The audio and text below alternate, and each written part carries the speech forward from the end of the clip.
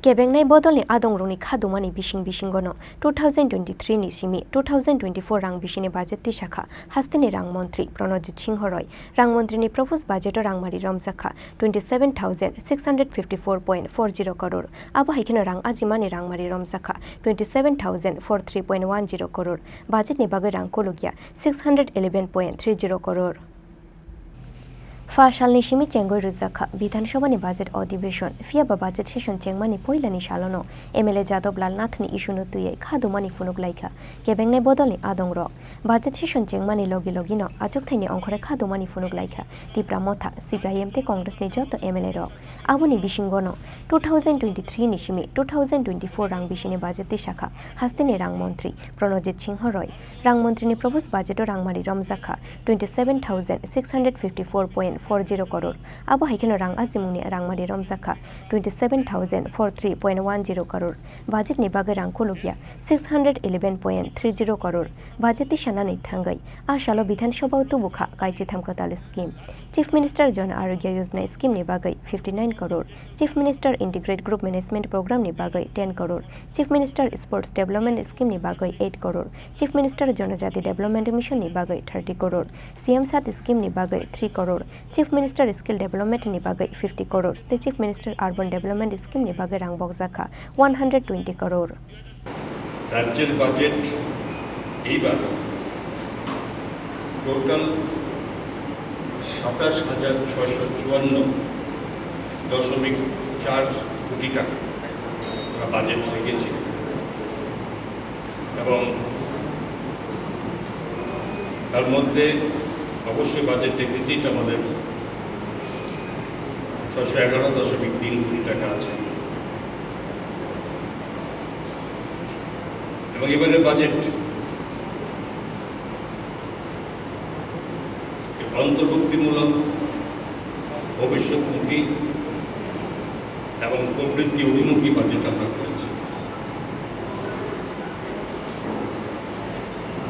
এবং এই রাজ্যের সকল অংশের জন্য এতে মহিলা বলেন ছাত্রছাত্রী যুব সমাজ তৃতীয় লিঙ্গের ব্যক্তিবর্গ জনজাতি তফসিলি জাতি অন্যান্য সমস্ত অনগ্রসর জাতি সমূহ ধর্মীয় সংখ্যালঘু কর্মচারী পেনশনার থেকে শুরু করে সকল অংশের জনসাধারণের কথা আমরা এই বাজেটে আমরা একটা প্রভিশন রেখেছি এবং আপনারা জেনে খুশি হবে যে আমরা বাজেটে এখানে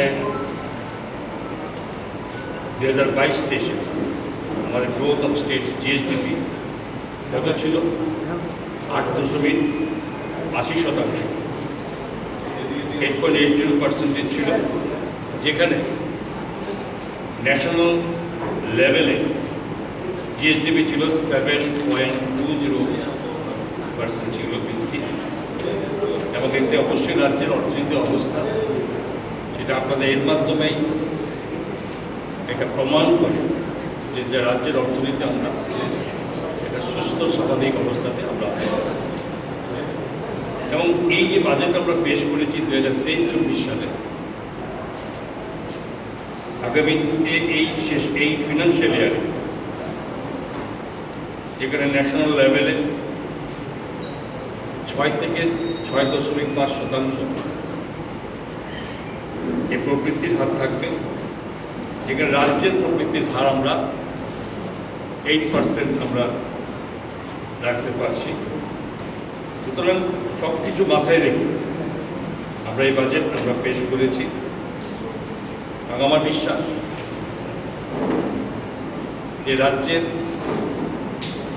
যে কোনো বাজেটেই সাধারণ জনগণ, পিছিয়ে পড়া মানুষ, রাজ্যের বিভিন্ন গ্রোথকে এগিয়ে নিয়ে যাওয়ার জন্য বিভিন্ন আমরা সরকার সেখানে বাজেট করে থাকি যাতে সেই দিকে লক্ষ্য রাখে। কিন্তু পাশাপাশি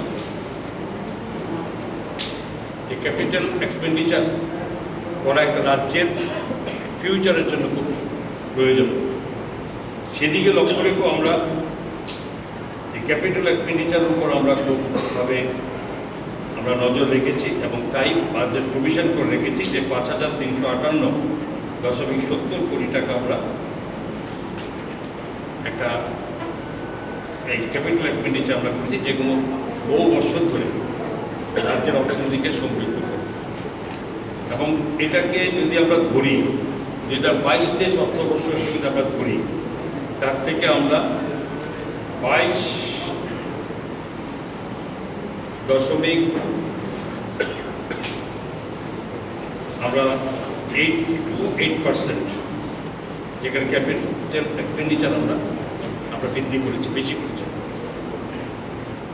বাজেটে যদি আমরা দেখতে লাগে যে বাজেট আমরা 7,654 কোটি টাকার বাজেট আমরা রেখেছি, সেটাও যদি আমরা 22-23-এর সঙ্গে দেখি, তার সঙ্গে আমরা 9.87% আমরা বাজেটের বৃদ্ধি আমরা করেছি। এছাড়াও আমাদের বিভিন্ন রকমভাবে এই বাজেটে নতুন নতুন অনেক কটা পরিকল্পনা আমরা এনেছি এবং এগুলো বিশেষ করে আমরা যেমন কৃষি সমস্ত ক্ষেত্রে বিশেষ গুরুত্ব আরোপ করা হয়েছে। এতেও প্রায় 1,436 কোটি টাকা বরাদ্দ করা হয়েছে। এবারে বাজেটে সামাজিক ক্ষেত্রের উপর বিশেষ জোর দেওয়া হয়েছে, যার মধ্যে শিক্ষা স্বাস্থ্য ক্ষেত্র রয়েছে এবং এতে মোট ব্যয় বরাদ্দ ধরা হয়েছে প্রায় 7,000 কোটি টাকা। এবং মাননীয় মুখ্যমন্ত্রী নামের মধ্যে আমরা বেশ কিছু নতুন স্কিম আমরা চালু করেছি।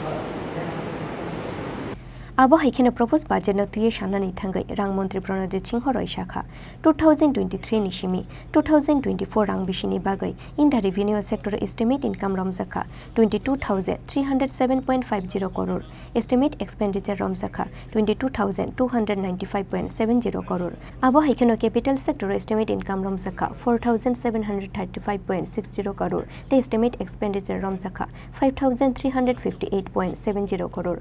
Proposed budget or total income Romjakha 27,043.10 crore, the expenditure Romjakha 27,654.40 crore.